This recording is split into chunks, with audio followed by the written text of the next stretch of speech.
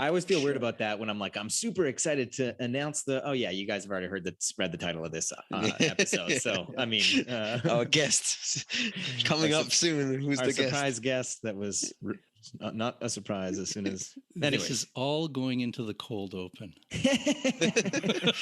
So by the time they hear this, they'll know exactly what's going on. Let's just do it.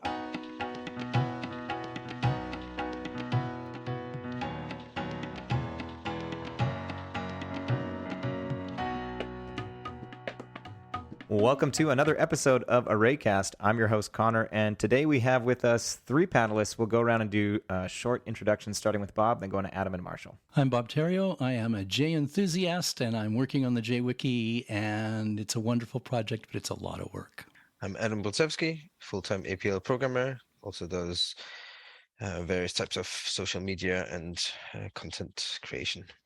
I'm Marshall Lochbaum. I'm the author of BQN, and in the past I've been a J programmer and a Dyalog developer as well. And as mentioned before, I'm your host, Connor, day-to-day C++ developer, but in my free time, array language and combinator enthusiast, and super excited to talk about our topic today. But before we get to that, we're going to have two short announcements. We'll first go to Adam for one, and then Bob for our final one. Right, so there is 1 week left to submit in the APL problem solving competition. If you haven't started yet, you might not be able to solve everything, but you still have a chance to win, let's say, a phase 1 prize. And together with that 1 week left, there's also 1 week left of the early bird discount for registration to the Dialog 22 user meeting in Portugal.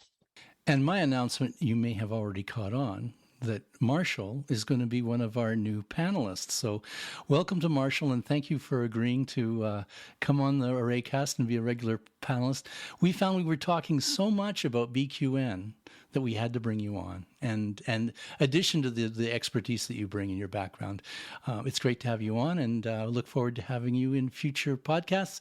And I should also say today we're missing Stephen Taylor. We hope to have him back for the next podcast. He's off getting mended right now. Hopefully nothing serious. He just said that he had to go in for an operation and was not available for this podcast. Yeah, I'm super excited about this because I have felt... because I can't actually remember when we started this podcast, but I think BQN was on my radar, but I definitely have learned so much about it since having started this podcast, just over a year ago now. And since having learned about it, I felt that BQN, we were missing sort of. We had, APL, J, K/Q, although I'm not sure if we should put the slash there. But, there's a dotted line or a solid line, however you want to draw it. And then also BQN now, which is, Marshall can talk all about it, but it's kind of like a hybrid, kind of something completely new and different. And we're going to discuss some of that today with our topic, which is control flow structures and keywords, if I've got that correct, which I know very little about. So I'm just going to throw this to whoever wants to take it first and talk about, because I guess I'm not going to say anything. I'll throw it to whoever wants to say, how these exist. Are they, idiomatic, and go from there. Adam, go ahead. Well, I'd like to just start off with a historical background. So if you go way back to the very early APL days or array programming days, before there even was APL, Iverson Notation, where it was a mathematical notation that was also able to describe a flow for algorithms. It was great for an algorithm description language. And Iverson used conditionals.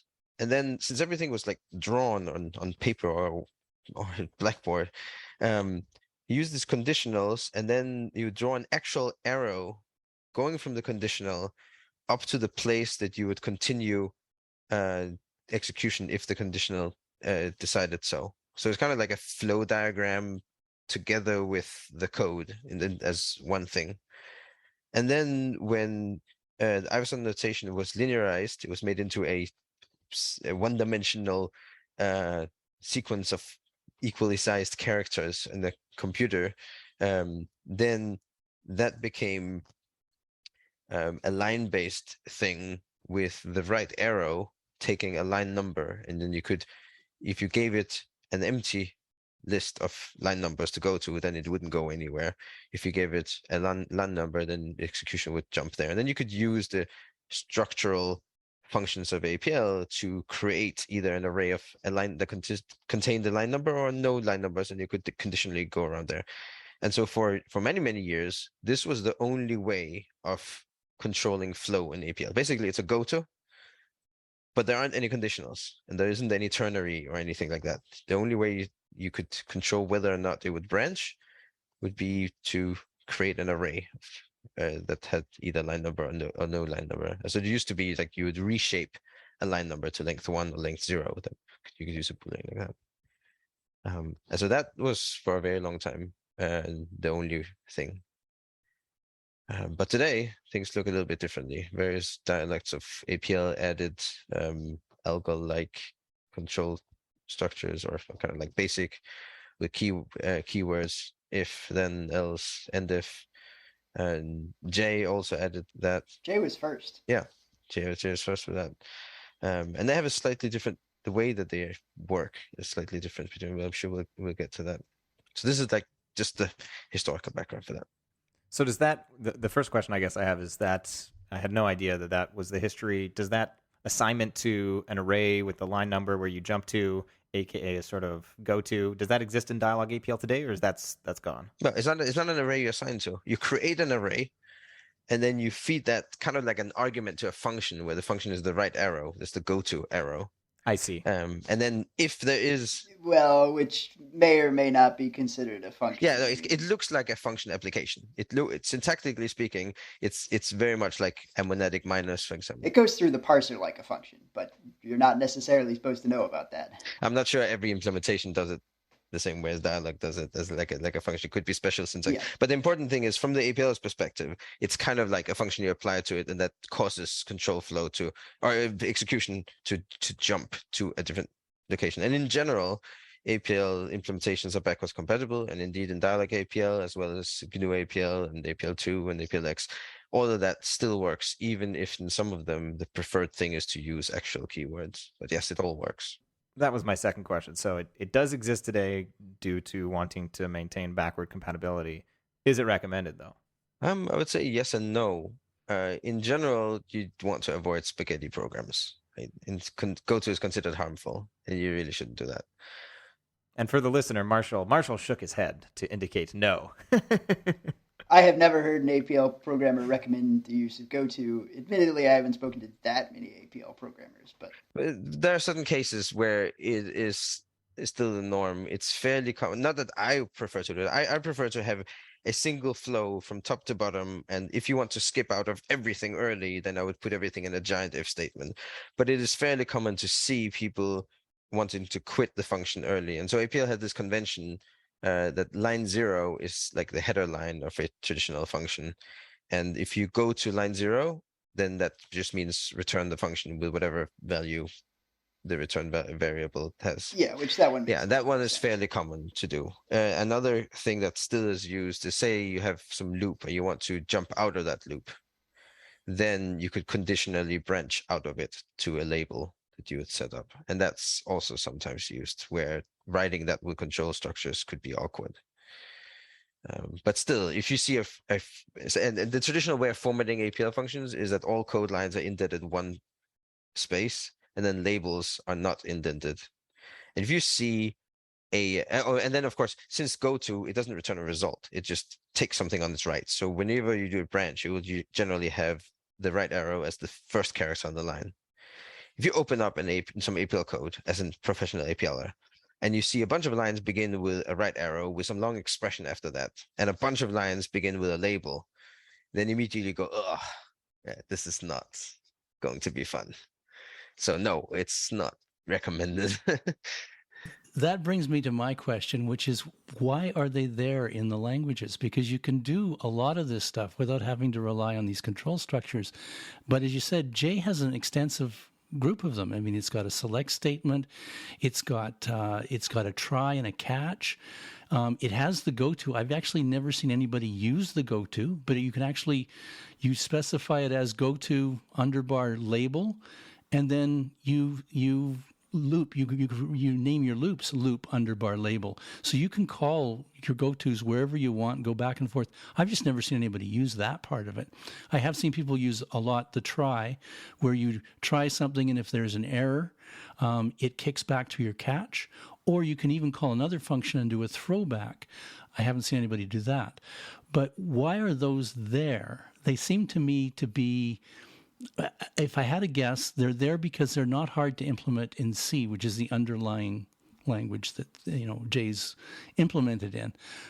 So, and it's convenience, and I suppose for someone who's got a more imperative programming background, alcohol-like background, that's comfortable to be able to see your program broken in. If you've got a bunch of tacit or even explicit, sentences, you can break them up by using these control structures to have ifs, elses, else ifs, all those whiles, whilsts. Jay has a whilst, which means you do it once all the time. Yeah, well, it's the equivalent of C do while. Yeah. That's a pretty strange name. Whilst? Is it whilst or whilst? Okay, whilst. I don't know. I literally am just asking. Well, I've seen it expanded as while skip test. That maybe Henry Rich invented that. I'm not sure about the derivation of that point. I think you're right. The pronunciation is probably whilst. I'm not going to claim a new way of pronouncing those letters. So maybe what we should do, because the question is, why do we use them? But maybe what we should do first, let's go through, to the extent that we can, based on what folks know, enumerate maybe the keywords / structures and APL, then J. So we'll go APL for Adam, J for Bob, and then BQN for Marshall. And then if we want, we can circle back to Adam for Q. And then we can talk about, because I definitely know that when you mentioned there's alternative ways to do things, but some of them I think are very idiomatic, but others are awkward. And maybe we should, once we sort of enumerate what the different ways to do these in the different languages are, we can talk about which are the ones that, the three of you reach for, if any of them at all. And when do you sort of, instead of doing some while loop, do you choose some other sort of more idiomatic array approach? Does that sound good? Idiomatic and awkward are not mutually exclusive. Idiomatic code is usually the least awkward way, but that doesn't mean it has no awkwardness. This is true. Maybe we'll put a Venn diagram in the... Many of your blogs have very nice Venn diagrams, Marshall. I'll get you to do an awkwardness versus idiomatic Venn diagram for us. With that out of the way. I think we should limit our scope slightly also. You mentioned control structures and keywords. And while the control structure may or may not use keywords in whatever language, there are also keywords that are not control structures that I don't think are so interesting in this aspect. Like, for example, Jay has an assert keyword. Right. The ones that I'm primarily thinking in my head and potentially the listener are most interested in are conditionals, aka like if statements, specifically sort of expression-based ones where you have an if and then an else. And then also, I think the loop, most array programmers, even beginners, very quickly figure out how to get around. But a lot of while loops, especially ones where that can't be mapped to sort of building up a mask and then doing a reduction where you need to conditionally grow something. Like, so for instance, if you need to multiply or square a number until it's above a certain value, that's like a very classic while loop, and then you multiply it by 2. There's ways to do that, but a lot of times when I'm coding up a leak code or small problem, I'll just like choose a number that I know is large enough to like solve all of them, and then just like do a take whatever or find that value. Anyways, I'll stop talking. So yeah, maybe we'll try and focus on whiles and ifs, but if there's something close to that that you think should be included, definitely feel free to. So let's start with APL. And okay, we should probably limit it to a particular APL dialect. Just with a note that not every APL does support this. If I remember right, GNU APL does not have control structures. It closely follows APL2, which doesn't have any of these sort of thing at all. That's right. But other common APL implementations, Dyalog APL, APLX, and APL Plus definitely have them, and I think they're very close in the vocabulary. I'm just mostly familiar with Dyalog, and so yeah. So I did a bunch of research on this, and there was like a it was at some point in like the mid 90s, all the APL vendors suddenly came around and decided, wait, we need to add these control structure things that everybody's been using for the past 15, 20 years. And so then one of them, it may have been APLX, one of them found this this colon syntax, and they all jumped on that very quickly. Yeah, so the way it's spelled is pretty much with traditional names for these that you see in C-style languages. But with keywords, so you'd have an if and end if. And then in order to preserve the APL axiom that there are no reserved words, then it uses a colon in front. The colon is traditionally used in APL for control flow. So you have the traditional label would be label name colon at the beginning of a line. And here you just begin with a colon instead. So it's colon if. And so we've got if, while, repeat, which is just starts a loop without any condition there. And then you can, both while and repeat can either just end, like end while, we just keep rolling and repeat. You can have an until. So you can have a condition at the end of the loop as well. Then there are for loops. There's both for in and for in each. So you can have multiple variables that are being updated every time around the loop, and it's kind of like a transpose of where you pick them up from. There's select, which I think is generally called switch in other languages. It's a case statement. So you just select this thing, and then there are multiple cases. And there are else as well. So it's like a fallback for anything in both if and select. Then there's a little bit special. There's a trap one, which is kind of like the try, and there is a difference between APL implementations. But the idea is you run some code inside this block, and then if anything happens, you go to handle that. That was actually pretty cool, I think, in the way that it can classify errors and take different action depending on different errors. And then there's some keywords that help you break out of them. So there's like you can return from the function, you can leave the current loop that you're in, or you can continue to the next iteration of this loop without finishing it up. And finally, we have something called colon section, which is kind of like an if true. So it doesn't do anything. It's just a control. It's just a block to help you organize your code, but it doesn't actually do anything. So that's the vocabulary. There's some dialects can do slightly more, some can do slightly less, but that's the idea. All right. So that's for APL, Dyalog APL specifically. And for Jay, Bob, what do they have? Something similar? Yeah, pretty similar to that. We've got the if, and we also have an else if. And the structure is you got if, and then you've got a statement, which is going to be your control statement. It's going to be true or false. It'll evaluate true or false. It actually is dependent. It's actually not true and false. It's 0 and anything else. And not only that, it's only the first item in your whatever you create. So in other words, if you create an array of 1, 0, 0, 0, 1, it's going to be true because that first one is a 1. If it was a 0 at the beginning, it would be false. Oh wow, I didn't know this. I didn't know this. Yeah, so it can get kind of tricky. Like if you don't know that. Oh, so what if it's empty? If it's empty, then it's true. Whoa. Yeah. You leave something empty, it's true. Wow. So it's the absence of a 0 in the first element or something like that. Not 0 in the first element. If you put an empty, and if you go say, and the way it works in J is the control words are always followed by a dot, a period. So if period dot is a control word. If you type in if, then you create a variable that's named if. But if period dot is a control word, and all control words are followed by a dot, so you can spot them pretty easily. But if you have if dot nothing, then you follow it with do dot, and then whatever you follow it by, in this case, it will be followed afterwards by end dot. So you've got your sentence is kind of broken up into these sections, but with nothing in that first area, it's going to be true, and it will do the last part of it every time. Wow, that's really interesting. And I think that I didn't mention this when you said elseif. Yeah, APL has elseif as well, but I've seen in various language discussions what's considered truthy, what's considered falsy.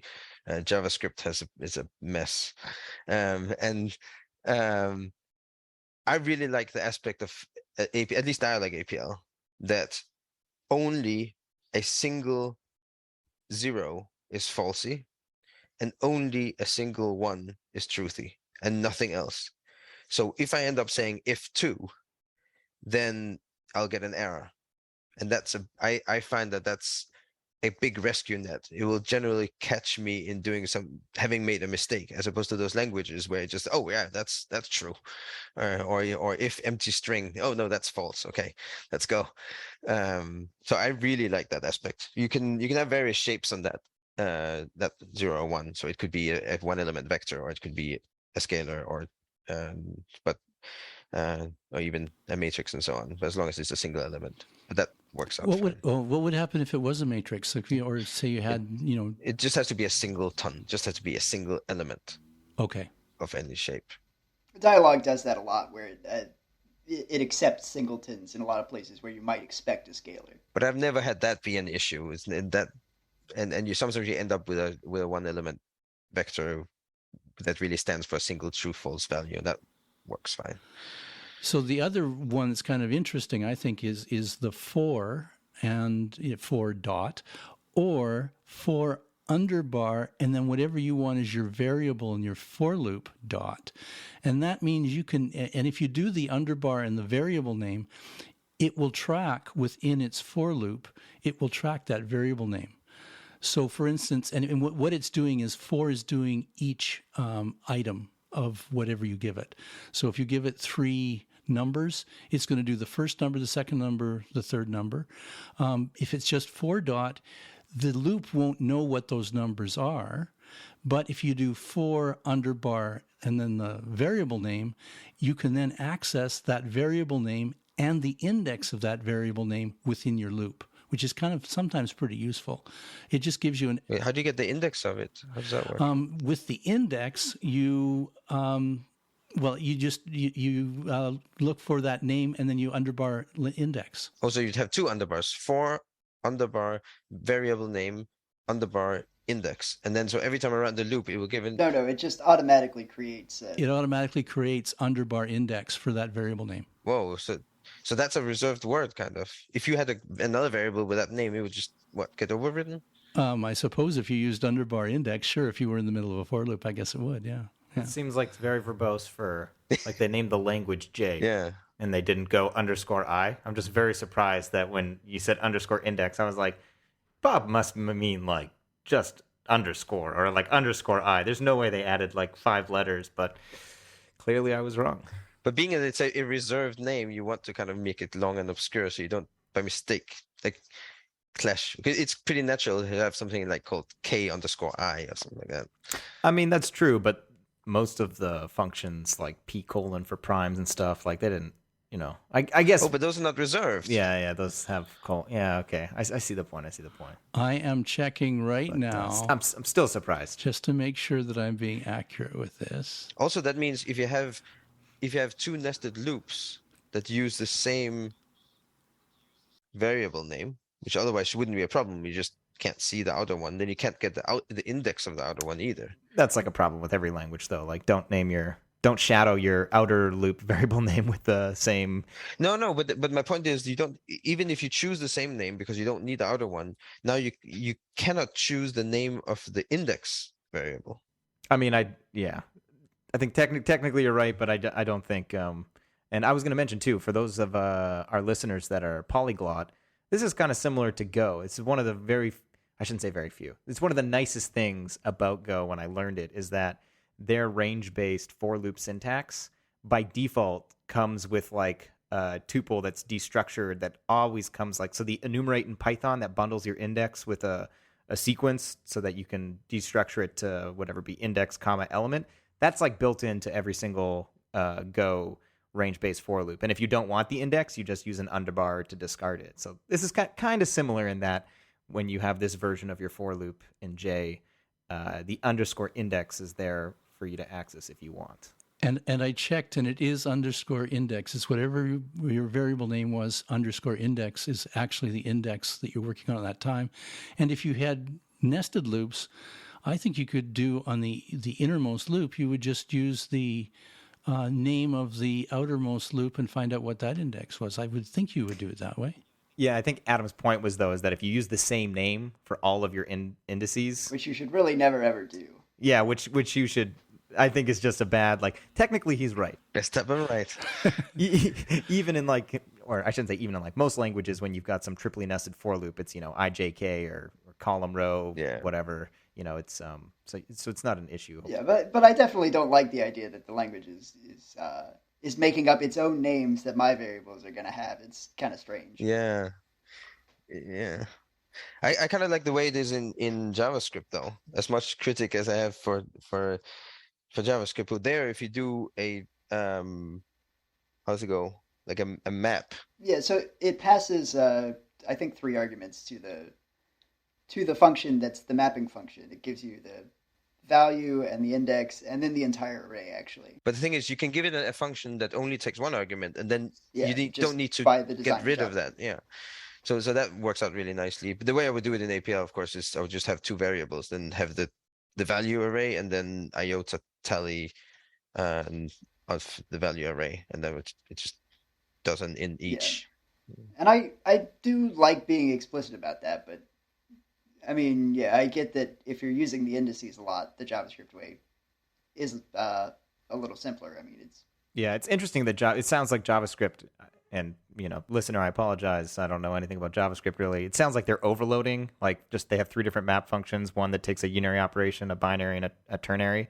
Whereas in other languages like Clojure, they have like different names. So it's like map and then map with index, and I don't think they have map with index and also copy the array for every single iteration. But that sounds like JavaScript is doing something like that. I think JavaScript is just dynamic, that you can just, if you try to to use a function that doesn't take enough arguments, then it just won't be fed those extra arguments, and that's it. Well, or you could say it is and it just ignores them. Yeah, either way.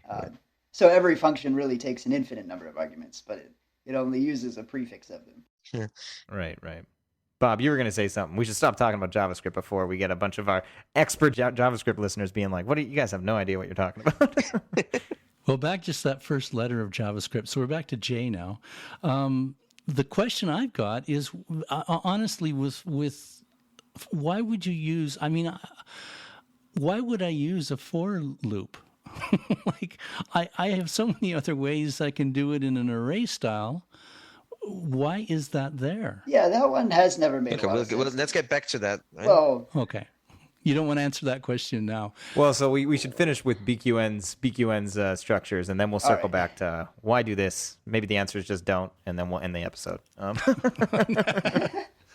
Yeah, so BQN. BQN has no keywords. Every piece of built-in BQN functionality, I guess the one exception is the system values, which are written with a dot, so they're more like names. There's this filled-in dot, and then you'll write a name. It's like APL's quad. Other than that, every piece of BQN syntax and every primitive is 1 character. So there are no keywords. And there are no control structures either. The closest thing we have is the BQN's kind of explicit functions, or equivalent to defins, are called blocks. And these have a system where every block can have multiple bodies in it. And it runs, generally it only runs 1 body. So there might be a header that tells you what arguments the body applies to. And there's also, the closest thing that BQN has to a control structure is a predicate, which is written with a question mark. So you'll write an expression and then a question mark.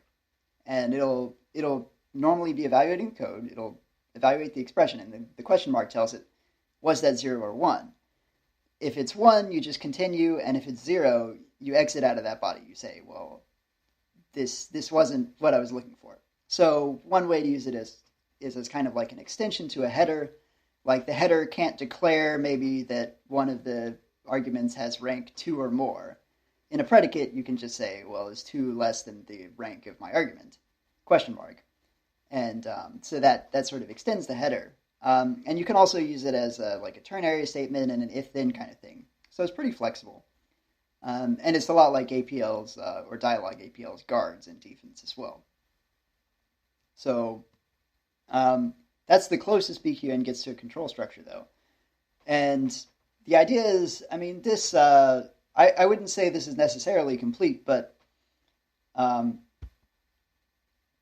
way things work is that you should be using, you shouldn't be trying to use these imperative constructs in BQN. You should be using generally functional programming and trying to use things like recursion or use, well, in the case of, I can say the J's for each loop, and this also works in APL and J. Instead of that, you can just use the each operator or modifier, and that works just as well. So there are a lot of different ways to do control flow in BQN. Having first-class functions helps a lot. And there's a page of the documentation where it shows you, well, you can build all these control structures as first-class functions that take, they don't work on blocks of code, but they work on block functions. And that looks pretty similar. You just have to say each block has ignores its argument. So you get something that looks a lot like control structures, but it's built out of first-class functions. And that means it fits better with this functional style of programming and a more declarative programming as well. You can kind of do this in APL, and people have been doing this for decades, writing fake keywords control structures that are actually operators. And so they might, so for example, you could do an if-else operator that takes two operands, which are just functions, or they could be long functions with multiple lines, and then it takes one argument. It takes that argument and says, if it's true, then it runs one of its operands, and if it's false, it runs the other operand. Yeah, and so the big difference in BQN is that you can just write a list of functions. Since BQN has this explicit stranding syntax, one of the really nice things is that you can strand, say, two block functions together. These functions have curly braces, and then you just put one strand ligature character, the little smile thing, between them. And then you get a list of two functions. So that even looks reasonably like the syntax you'd get with an if statement. You have if, and then some curly braces with something inside, not parentheses, and then the ligature, and then more curly braces, and you can spread that second function out onto multiple lines, and you get something that looks a little like imperative code. So that way you don't have to be using operators which give you kind of a weird ordering for everything. And just to maybe illuminate a little bit more what Adam said, because this is something that for the longest time I never understood, even till like a couple months ago, is that when Adam said operands and arguments, and Adam, you can clarify or correct me if I'm misarticulating what you were saying, is that there's different types of arguments to functions in APL. So in APL, you've got omega and alpha as your arguments, and you have double omega and double alpha as function arguments. So when he said operands, he was referring to arguments that you take as functions, and when he said argument, he was referring to arguments, I think. Is that correct? So yeah, the way I like to think of it is like operators are like function factories. They take one or two parameters and construct a function from that. And those parameters can be either arrays or functions, or one could be an array and one as a function. And those are called operands. So operators take operands to derive a new function. And all functions, derived or not, take arguments. So that's the vocabulary we use. And so the way I was envisioning this is, and syntactically the way it would be, is that a dyadic operator, an operator that takes two operands, it's called a conjunction in J, and it's called a to modifier in BQN, but it's syntactically exactly the same. It takes one function on either side. So you can write function A, my operator, function B, and then an argument. So that's what Marshall means, that the order of things is a bit funny. So you have the if operator is in the middle. For example, true clause is on the left, and the false one is on the right, and the conditional is on the far right, the actual value that determines how things. And you could set it up like that. Yeah, and what was confusing for me for the longest time is that you have in your head while you're learning the fact that you are, in a simplified world, if you ignore forks and stuff, you're limited to 2 arguments, to unary and binary or monadic and dyadic functions. And so I never understood that you could use basically both operands and arguments in a single defun. So it's like if you see double alpha, double omega, and then alpha and omega, technically that's like 4 arguments if you use argument as an all-encompassing term. Oh, input. Yeah. Input? Yeah, or parameters if you want. We'll all stay much saner. What is... Oh, I see. Use input for the all-encompassing term for arguments and operands. Gotcha. Yeah, so there's 4 inputs to that defun. But like, I had never read a chapter that like explained it or anything. And I don't think it was until I was watching like a Dyalog webinar that I saw someone building one of these functions, and they were like, oh yeah, these will be your functions that you're passing in, and these will be the data that you're passing in. I was like, oh, that's pretty simple. Like, it's just, you have to realize that you can pass in a maximum of 2 arguments or 2 operands or both at the same time. And that can be up to 4 inputs. And whenever you see the operands, that makes your defun functionally an operator, correct? It's called a deop then, yeah. A deop. Oh, yeah. And that's actually something that I learned recently, is that we refer to defuns. Like, I always thought whenever you see the braces, that's just a defun. But that's not true. Braces with alpha and omega is a defun. Braces with alpha and omega and potentially a omega omega or alpha alpha is a deop, which the fun is for function and the op is for operator. Which is, anyways, we're sort of... Yeah, so that's why I had to go with a block in BQN that's just, that is all-encompassing. Interesting. So what's the difference in BQN from, or I'll let you describe it, but you don't have the alphas and omegas. You've got little sort of scripty FGs and X's and stuff. Yeah, double struck. Blackboard, bold. Yeah, you can call them that too. I mean, there's not a huge difference. There is a difference in that, and this is also where BQN is more like J. In APL, you always have to take the arguments before doing anything. So if you have your block and you only use the operands, so that's a deop, but it'll take its operands and then it'll still just sit there, even though it doesn't mention the arguments. It's waiting for them. So in BQN, you have immediate blocks. You have both a really immediate block that has no arguments or operators, and that's a lot like that control structure that Adam mentioned. That's not really a control structure; it just groups code. That can also create namespaces, which is nice.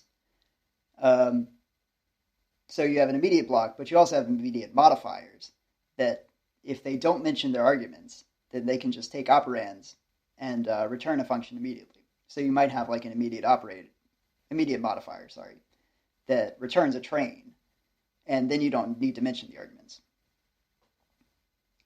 But mostly the differences are in the details. The basic idea of defun or deop versus BQN block is pretty similar. I'd like to mention an example. So I said we can define our own kind of control keywordy kind of operators and apply them. But all of these languages, these 3 at least, BQN, APL, and J, they all actually have one simple one that's there as a glyph right out of the box. And you might not realize you can use it like this. That's the power operator. The power operator for all these languages, one usage of it is identical. Function on the left of the power operator, and on the right you have a number indicating how many times to apply this function to the overall argument. Now, if we restrict the domain of the number of times to apply it to 0 and 1, that is a condition, because remember, in all these languages, true and false are just 0 and 1. Then effectively, if it's a 1, we apply the function once.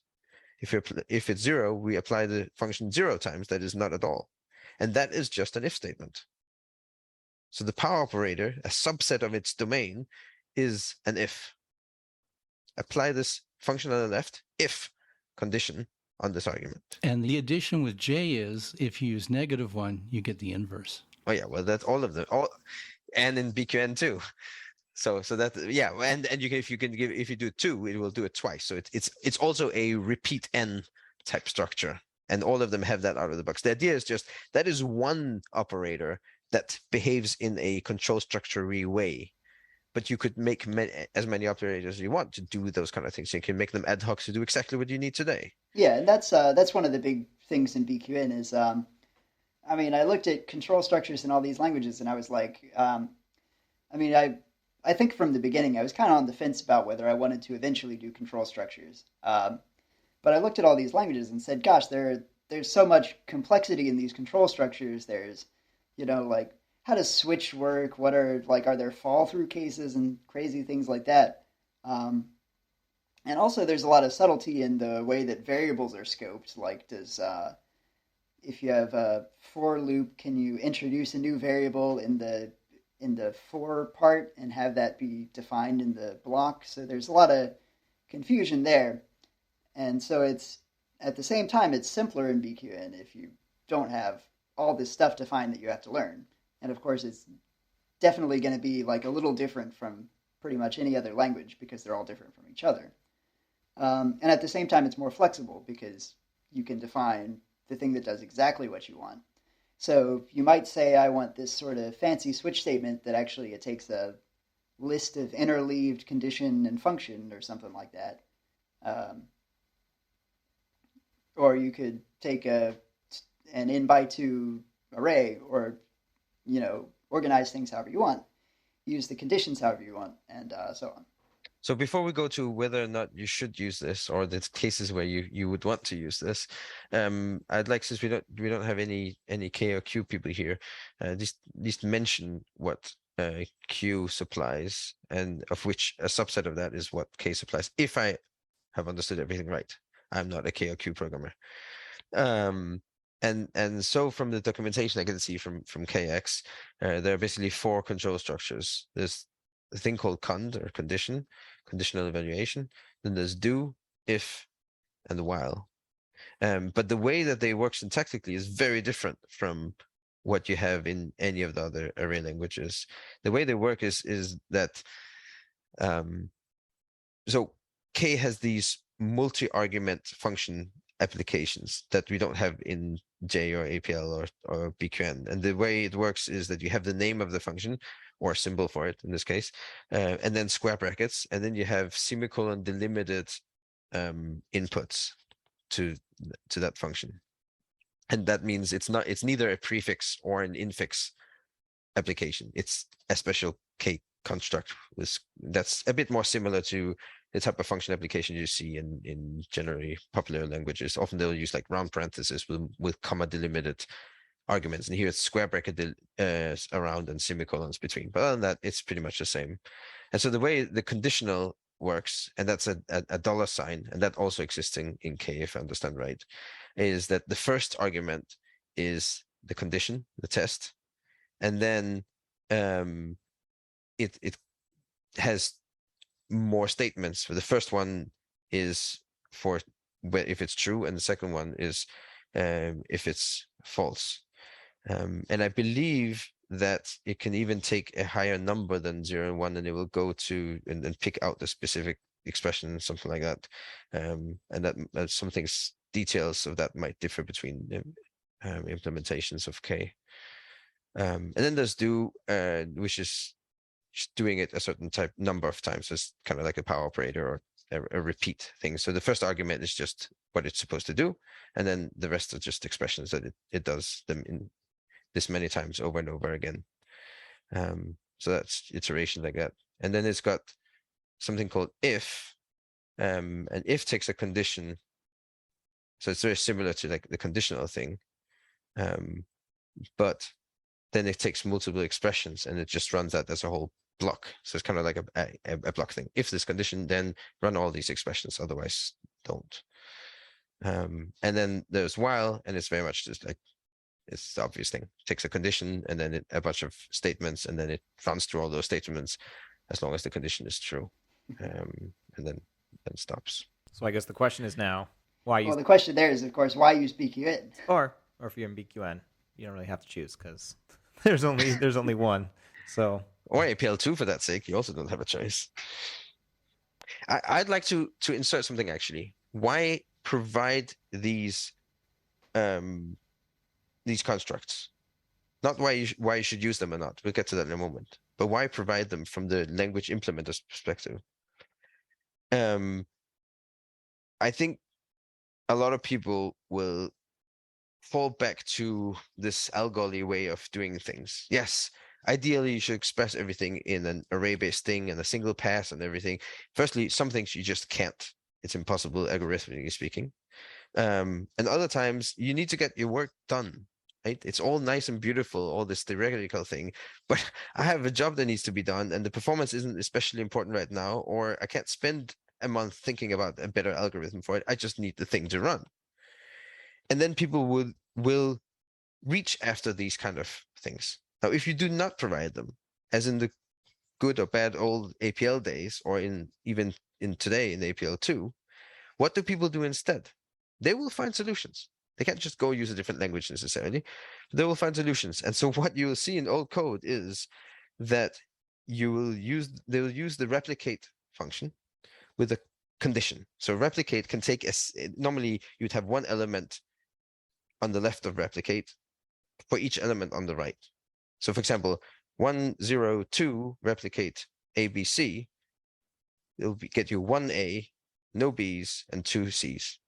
If you supply a single element on the left, it will be used for all the elements on the right. So 1 replicate ABC will give you ABC, and 2 replicate ABC will give you AA, B, B, C, C, and 0 replicate ABC will give you just an empty character vector. And then they will take an APL expression in quotes as a character vector. And now you can't do any kind of analysis of your code, and you can't do syntax coloring or anything because it's just a character literal. They'll stick that on the right of the replicate. On the left, they'll have their condition. And that will either, if the condition is true, it will yield an APL expression. If the condition is false, it will yield an empty character vector. And then and sit down now for this, evaluate that. They'll throw execute or do at that. And that will conditionally run this expression. And you could have the diamond statement separator. You could have a whole bunch of expressions being evaluated one after another.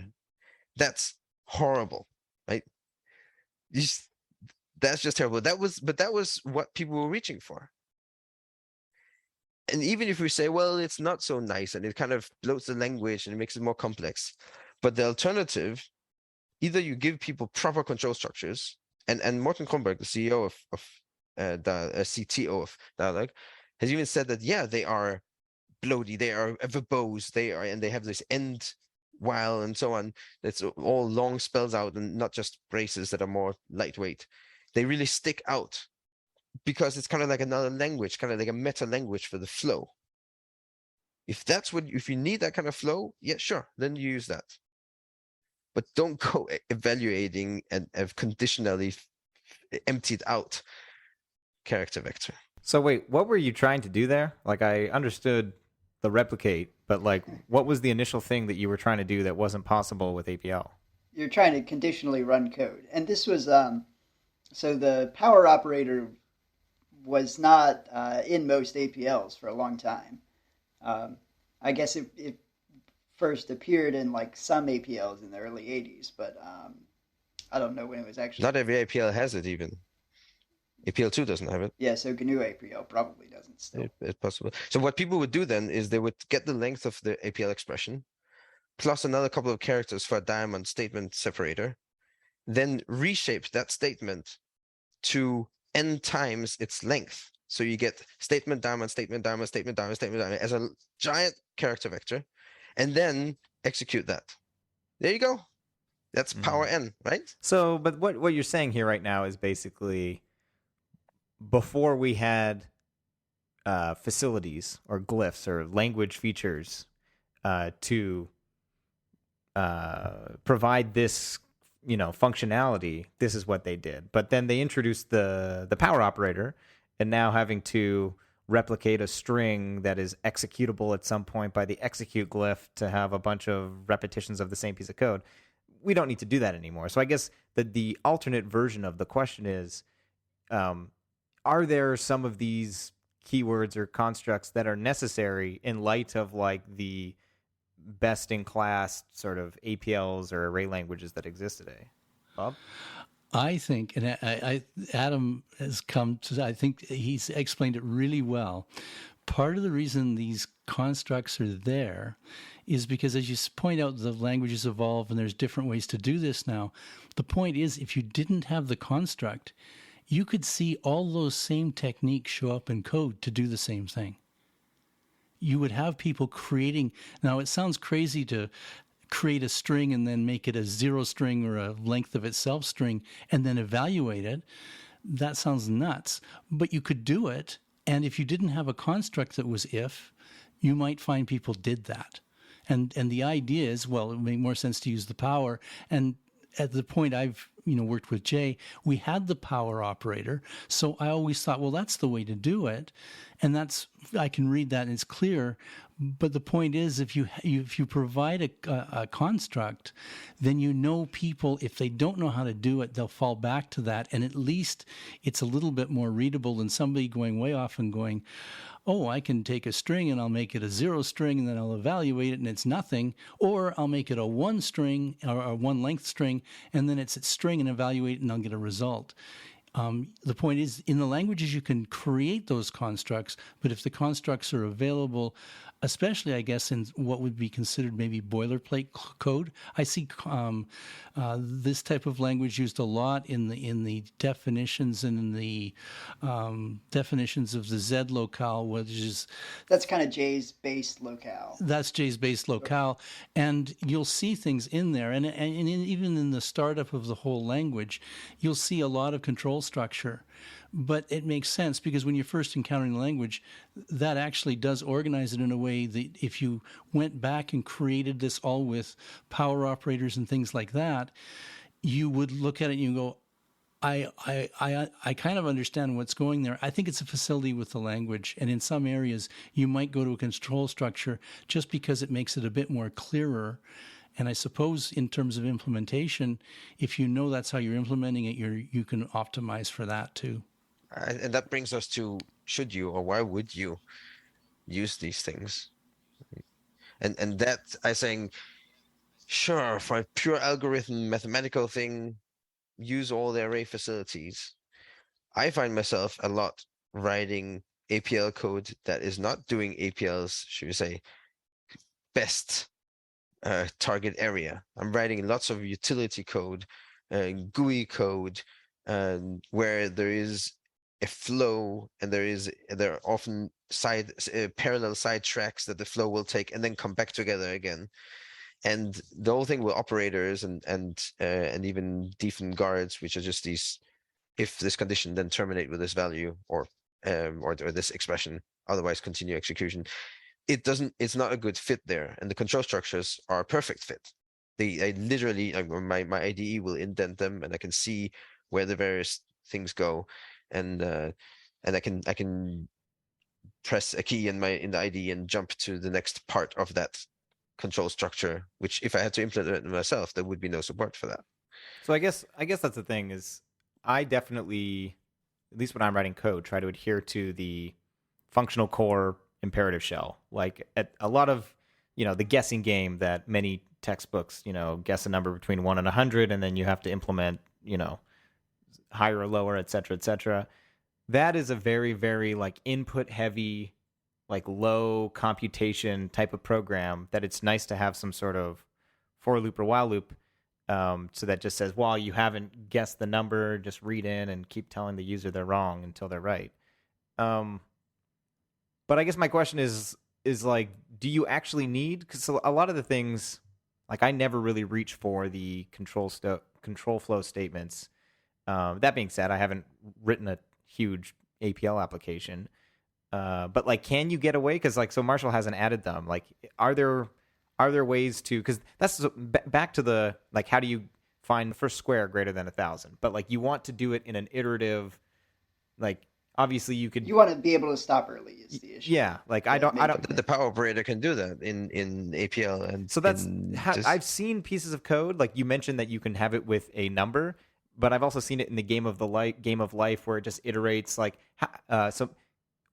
that's something that I don't know yet. So maybe one of you can explain how to do that. But I guess the greater question is there always sort of a a way to avoid while loops, or like, can you do the imperative shell part with the power operator and with, the APL glyphs or the J digraphs? Like, is it possible to write a large scale application that at some layer is ingesting some input or reading stuff, and then at the core of it, sure, it's doing all the heavy lifting, matrix multiplication, reductions, transforms, etc. Or do you like, sure, it's convenient because we all know what a while loop is, we learned it in Python or whatever like. The question is like, can you get away with it? And it seems like potentially you can. Yeah, sort of. If BQN doesn't have it. Well, I mean, the way I think about this is that you have various programming constructs or styles or paradigms you can use, and they have a certain amount of power to them. There's a set of programs that you can write using those, and so quite a lot of mechanisms are just Turing complete. You can write anything at all. But that's not necessarily a good thing, because that means when you write a program, it could be anything at all. So often you have a lot more power than you want. It doesn't really guide you to writing nicer programs or faster programs, or just programs that do what you want.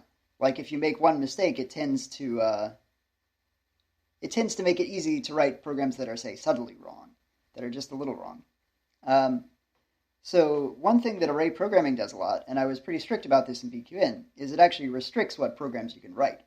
So the thing that array programming is good at is fixed size loops. So like you've got an each loop over a function or a reduction or a scan. Those all do like you can calculate the number of iterations that you would do in advance. For each, it's just the size of the array. So it does fixed size stuff. And in BQN, actually, I was very strict about this. I cut out like the APL power limit thing that Adam mentioned, so that primitives can never express even infinite computations. So BQN's like pure tacit programming is actually a very limited kind of computation, because you can't even do unbounded loops. You can't say, well, keep going until the user enters an A or whatever. But that also means that most programs are, and you can actually see this pretty easily by array programming, and finding that in most of your programs, you very rarely have to step outside of this pure tacit paradigm, or you might add functions or stuff, but not in a way that fundamentally expands the space of things that you can do. So in fact, most problems fit into this space of array programming, which is a really cool thing about array programming, is that it's, at the same time, it's a very limited style, but it's also very powerful in that it fits most of the things that you want to do. And then you can expand that some. And control structures, they are Turing complete, but in some sense they're more constrained. You have to work more to express anything in them compared to things like Goto. And so at the very end, there's a level of Goto and recursion that really you can express anything, and these are the ones that lead you into spaghetti code, because they're so simple and basic that you just write, oh, go here, go there. And a similar thing happens with recursion. Maybe it's more manageable, but it's not really that different. You just say, go here, go there, and you can't narrow down the space of programs easily to the ones you actually want to write, as opposed to the ones you can write. So what I did in BQN was I decided, well, I'm going to have this limited array language, and then when you step outside of that, usually your tool is recursion, and that gives you access to the broader world of functions. But you have this stack, so you can pick the appropriate level in the stack for your problem. So, and mostly it is possible to stay in the array world. Other than that, I don't have this level in between that control structures give you. So that's almost an issue. And it does come up where you say, well, a control structure would be a lot nicer for this particular problem, but instead I have to step out and use recursion, or I have to use, we do have a thing that's a system operator in CBQN that does that is basically APL's power limit that does a while loop that says until this condition is met, do this thing. And it's the same, like it gives you unbounded programming, but that might not really be what you want. So, I mean, yeah, it works, but at the same time, it does feel like there's a level in between that's missing. And I wasn't willing to go with, at least so far, I haven't wanted to introduce all the complexity of control structures. But it's a hard choice. Have you tried writing, or has anybody written an interactive full stack with front end programming BQN? And because that's where it comes in a lot, right? I have the users interacting with a GUI. Behind the covers of that GUI, the program is running around in a certain flow, popping up a question to the users answering something, going down a certain route, asking something else until everything is done. And doing that using recursion sounds painful to me, to say the least. Yeah, well, I think you'd have an outer infinite loop, and then that makes things a lot easier. One of the things I did notice is that while, when you run a control structure and don't have it, it's tough. The absolute number of loops where this happens is very small. Like even for programs where you'd think of them as really as imperative in nature, it's usually just one loop, maybe two. So I mean, yeah, in that sense, it's worse that you have to, for these particular loops, go into the broader range of recursion or the infinite while loop. But at the same time, it happens very few times for the program. And that's also one of the problems I have in developing other solutions, is that I have so few examples of these that I can't really figure out what works best in most cases because I just haven't seen it that much. So that's where APL and J just provide a fairly large vocabulary of traditional control structures, and then people will use whatever they want. Clearly, you don't need both a repeat and a while loop, but yeah, why not just give them all of that? Yeah, I mean, so they use this whole system that was developed in Algol when that was really the system that you were going to use. You didn't have this array or you could even say function-oriented programming where you're mapping functions or doing reductions and things like that. Function-level programming. They didn't have this level, so they developed a very expansive control structure vocabulary because that was how you programmed. And then with BQN, I'm saying, well, I mean, yeah, this level has its uses, but do we really need to introduce all this complexity to the language in order to have access to this level? And so far, I'm sticking with no. And I mean, I'm still hoping to find, like the predicate was one that came in pretty late. And that helps with a lot of things because you can do, that gives you basically access to an if-else kind of thing. So I'm still hoping, to find more simple additions to the language that I can do that give you, that make it more expressive in some way. But I don't feel like I want to bring in all of Algol. You mentioned that just using primitives in BQN, you can't really write unbounded code, or you can write infinite recursion, I suppose. Well, recursion doesn't use primitives; it uses blocks. Right. Okay. So tacit programming is programming without blocks, and that is actually it's not Turing complete. You can't express infinite computations with it. I suppose in the Dyalog APL, the power operator does provide you with completion. Yeah, because you've got this power limit. Yeah. Although I think that's a pretty, if you want to be doing general purpose tacit programming, power limit is a really awkward foundation. Oh yeah, no. But what happens if you use the power operator in BQN and use infinity? Will it not just run forever? Infinity specifically, it'll give you an error. A very large number, it will run for a long time. The issue that you'll have then is that it will not actually stop. So you've expressed a very long finite loop, and you have no way to get out. Oh, okay. Yeah, because J has something like that where you can run an infinite loop, and then there's a special symbol to get out, right? Yeah, what J does is if you put infinity into it, it will run until there is no change to its result. So it's comparing the previous result to the current result. And if there's no difference between them, then it stops.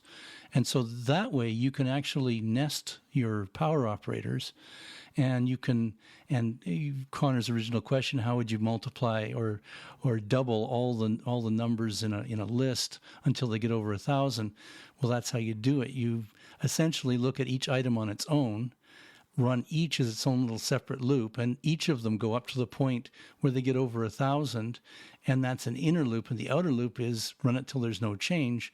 Well, if you say over 1,000 is your inner loop control on your power operator, then when it goes over 1,000, it's going to be 0, and then nothing happens, and then it stops.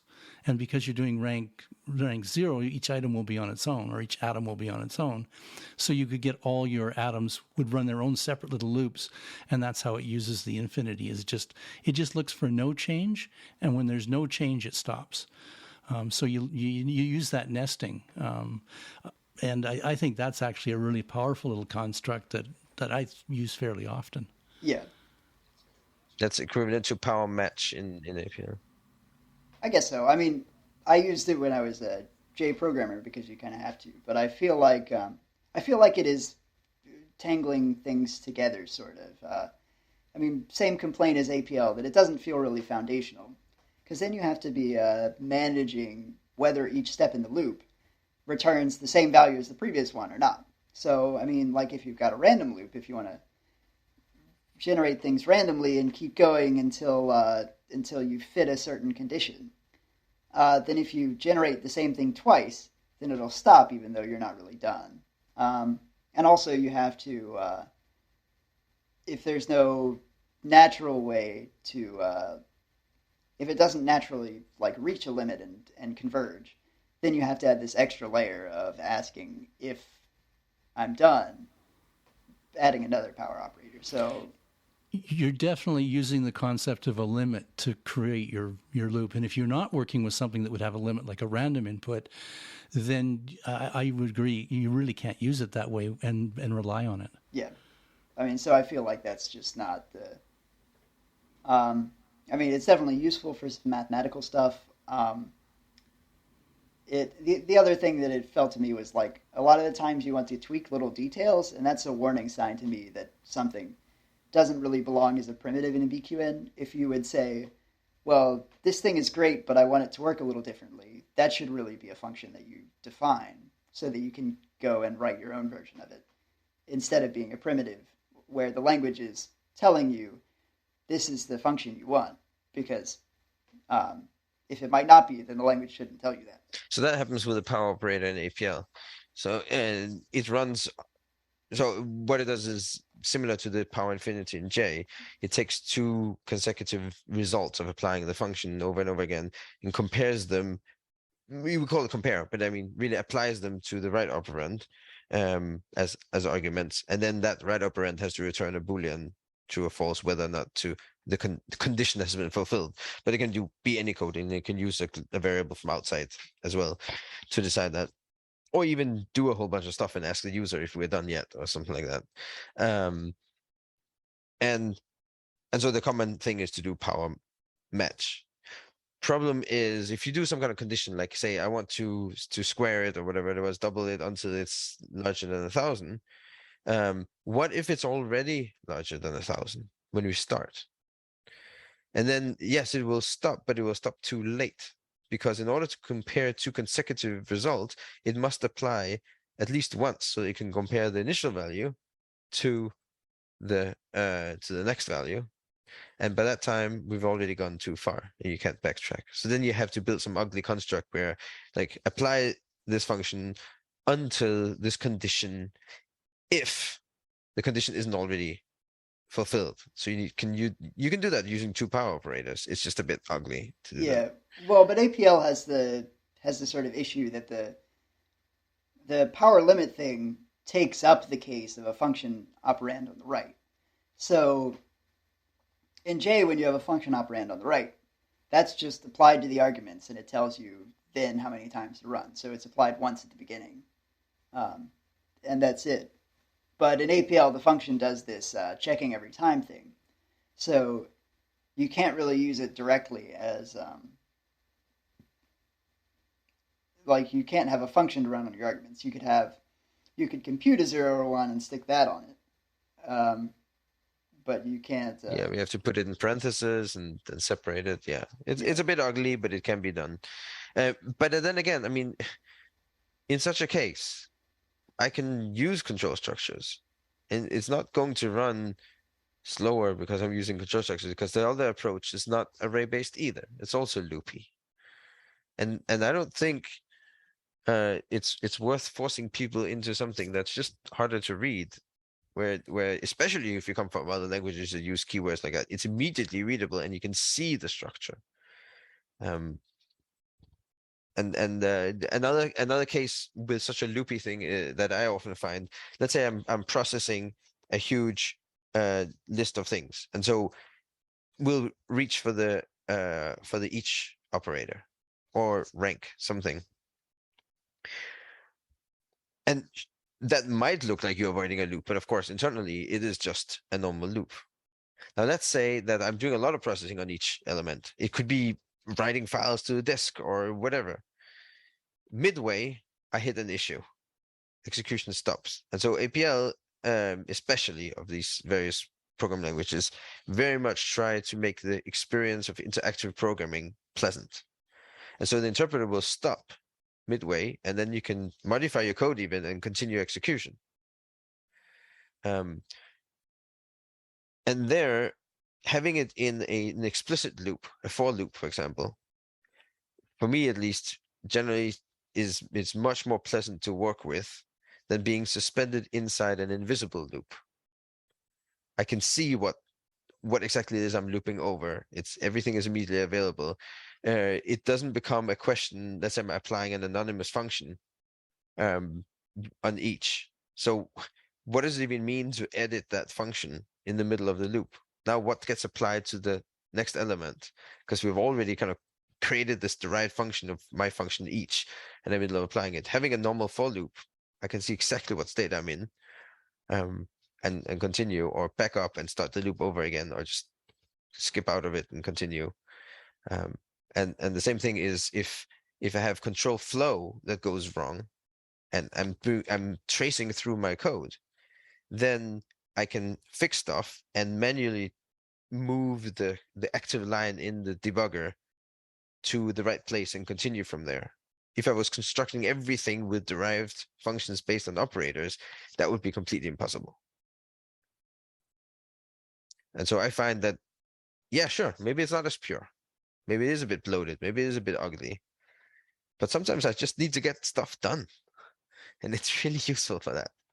So we're over by a few minutes. But I've been trying to figure out, so we've talked about power match, and we mentioned in BQN power limit, and also in J power infinity. And the documentation in the Dyalog APL site mentions that when power is used with either match or equal, it's sometimes referred to as fixed point, which those from mathematics background or avid readers might have come across that. So I guess maybe this is a bad way to end the episode, but I haven't been able to figure this out. And from my understanding is that this power match thing or power limit is actually quite, no pun intended, limited. So let's see if there's a way to spell this in any of the array language. If I want to start with the number 2 and raise it to the power of 2 repeatedly until it goes above 1,000, is that actually possible? Because from my brief, I've been mostly engaged in this podcast, so I haven't really been able to deep dive. But from what I can tell is you're limited to the case where your right argument is the thing that's being sort of inserted repetitively. So if you're trying to use that as a part of a predicate check that's not something that's a fixed point, like, greater than 1,000, I don't actually want the 1,000 to be involved in my repetitively squaring of the 2. But so I basically want to do 2 squared is 4. How would you spell it? I can tell you how you would spell it. So first I would do the square, which I would write as self-multiplication. So multiplication selfie, multiplication commute, power operator. Then I would write a little defen, The defin would have an alpha, that's the left argument, greater than 1000, close brace, and then 2. So this says apply the self-multiplication over and over again until the current value is greater than 1000. That's it. 65,536. So this was multiplies selfie power operator, brace alpha greater than 1,000 Yep. and brace 2. Because I got 65,000. I think that's right. Live coding. That's 2 to the 16, right? So, so the previous one was 2 to the 8th, which is That would be Yeah. less than 1000. Did you actually mean squaring, or you meant multiply by 2? or Oh. Yeah, maybe I meant multiply by 2. Okay, so in that case, you would write that 2 times power operator, open brace, alpha greater than 1000, close brace 2. It just says multiply by 2, and that gives you Right. 1024, if that's what you meant. So Adam is doubly correct and Connor is singly wrong. That was my mistake there. So And I think that's pretty clean and neat. this is actually what I would have expected, something like this. The problem here is what happens if instead of 2, you write 1001. Then it should return 1001, but it doesn't. It returns 2002 because it starts by applying the function so that it can even see if we reach it or not. So what is? I mean, that is an issue, but it's a much smaller issue than not being able to write this at all. is it though? I mean, for certain problems. I mean, it's kind of dangerous in a language if you write something and it's wrong in a few cases, because then you have a program. I mean, because then you ship it and then it breaks. So it may or may not be better. That's a good point. Understanding this though, there's no omega in this defun. Yeah. So So what's actually happening? The fact that there's only an alpha, like what's going on here? So what I would suggest to you is insert into right inside the brace, the open brace, Uh-huh. insert quad gets alpha omega diamond. So now every time around the loop, it will print its left argument and its right argument. So there is a right argument, but we're just not using it. And so what you see here is every time around the loop, it gets the next value as left argument and the current value, well, a previous value, if you want, as right argument. And so by only looking at the left argument, we can stop on time. So basically what it does is it runs this until we have a condition, then returns the next value. So we want to write our condition in terms of the next value. That's the one that will be returned. What is quad gets? I typed. That's just output. Is it capital G? But no, quad left arrow, quad assign. I see. I did not know that you colloquially refer to that as gets. Okay. Sorry. So Ooh, that's nice. So then now it prints out every time around the loop. It prints out what its left and right arguments are, so you can inspect what's going on as a side effect of running. But the return from the function is of course alpha greater than 1000, and so we can see what the function sees every time around the loop. And yes, there is this edge condition, but it's not. If you're aware of how power works, I don't think it has ever happened to me that I actually fell for this edge condition. It's just something you have to be aware of. Two things happen. You didn't. Two things have to happen for it to break. You have to write the code that's broken, and then you have to run it in a case where where it needs to do 0 iterations. So it may be the case that you have fallen for it and just didn't hit that case in real life, and so you have bugs still sitting out there. Yeah, it's true. But ghosts in the machine waiting to snatch you. Yeah, it's true. And maybe it could have been defined in such a way that it would start off by applying to the original argument twice, but it kind of needs a right and left argument. So it's a little bit. If you use the same argument as left and right argument, and you're trying to do a power limit, then it would immediately stop because the argument is already equal to itself. If it didn't give it a left argument to begin with, and you start off with a value error, you kind of have to give it a default value. It get kind of ugly as well. Yeah, to me, it's an affordance. You with that infinity in J, you get a chance to use that power, no pun intended, in a way that's kind of useful in a lot of cases. But as you point out, Marshall, there can be cases where it comes back to bite you. You have to be aware of that. But I think that's true of a lot of things that you use the power of or the functionality of.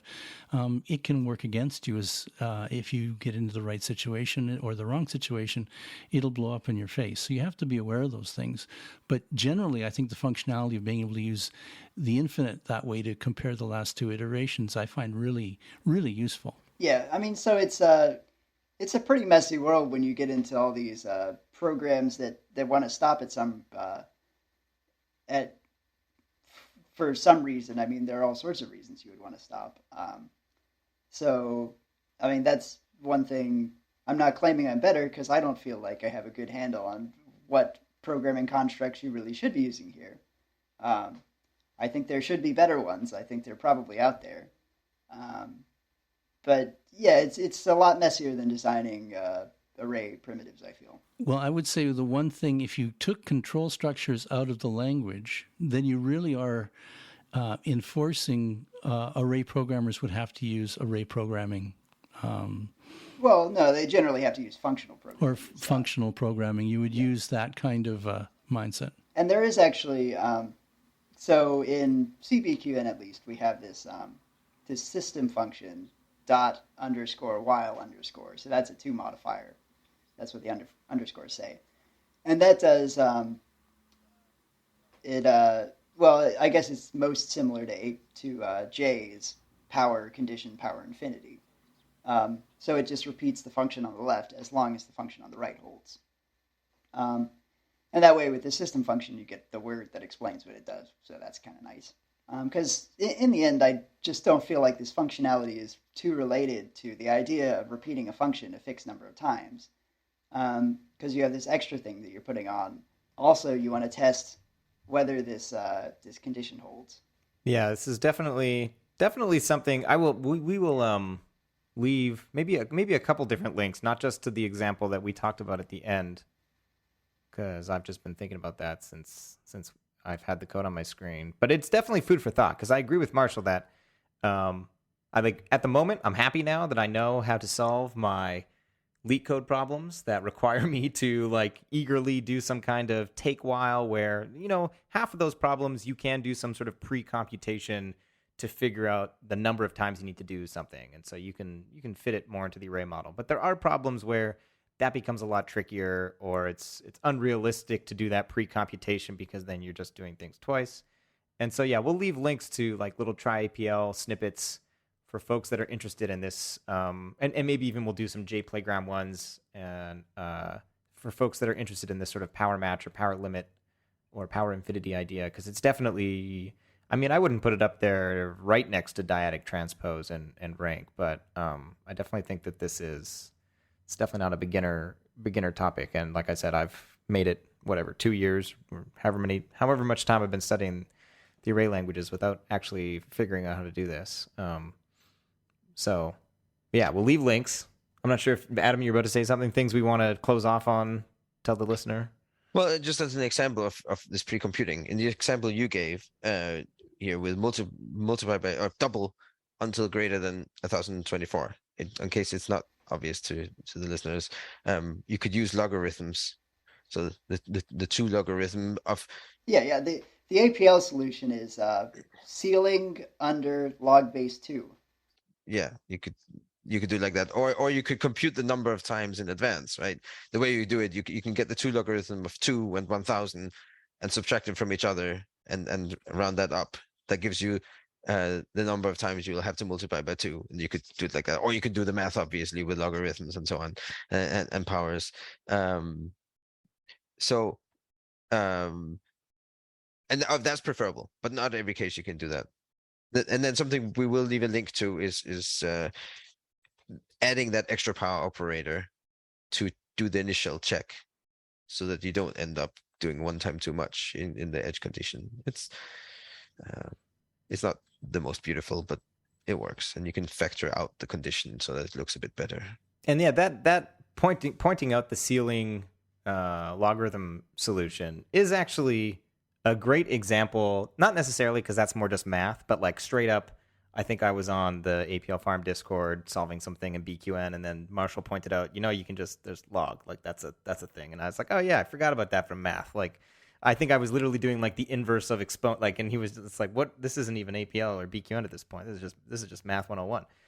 But even though that might be a sort of a convoluted example, there are ways of like trying to bend your brain differently to solve things the array way. And I think that's what we should all sort of be chasing. Is a lot of the times we think, oh, I need a eager while or something like that, and when really is you need to explore the different ways to solve these problems. And a lot of times, not all the times, but some of the times, for sure, there is a nicer sort of array solution that until you've seen sort of that kind of solution, you're not going to immediately think about it.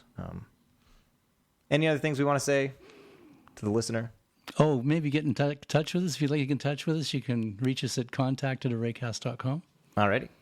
And we look forward to that. We've had lots of responses, especially from our 30th episode, because we were asking for that. A lot of people have responded to it. And actually, this topic that we're working on right now came, and I went back looking for it. I'm pretty sure it came from a Reddit thread, but I haven't been able to find it. But somebody did suggest that the control structures would be a good thing to look at across the different languages. And I don't know who that person is, but thank you for suggesting that, because we did make that the topic of this show. And if there's any subject that you'd like to hear discussed in the context of array programming, then feel free to reach out to us. We do read carefully every single email. And there has been a lot of feedback saying people really enjoyed the more dense transpose and tacit programming discussions.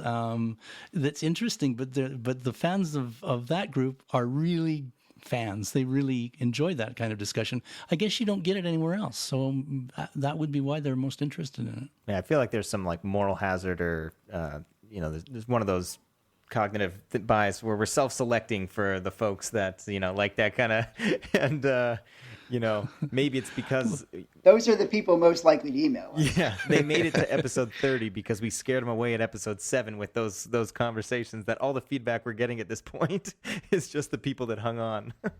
So if you're one of those people, if you're a person who's less likely to email us, please email us, right? Yeah. I'm not sure if there's a logical fallacy in that, but we're going to continue to do interviews, and those are amongst our most popular episodes by the number of downloads. So don't feel like we're going to go romping off into the minutiae of the array languages, because there's lots of great stories to tell about people who are involved with the array languages, and those tend to be less technical. Yeah, there'll be a mix for sure. I enjoy both the interviews and the deep dives as well. So.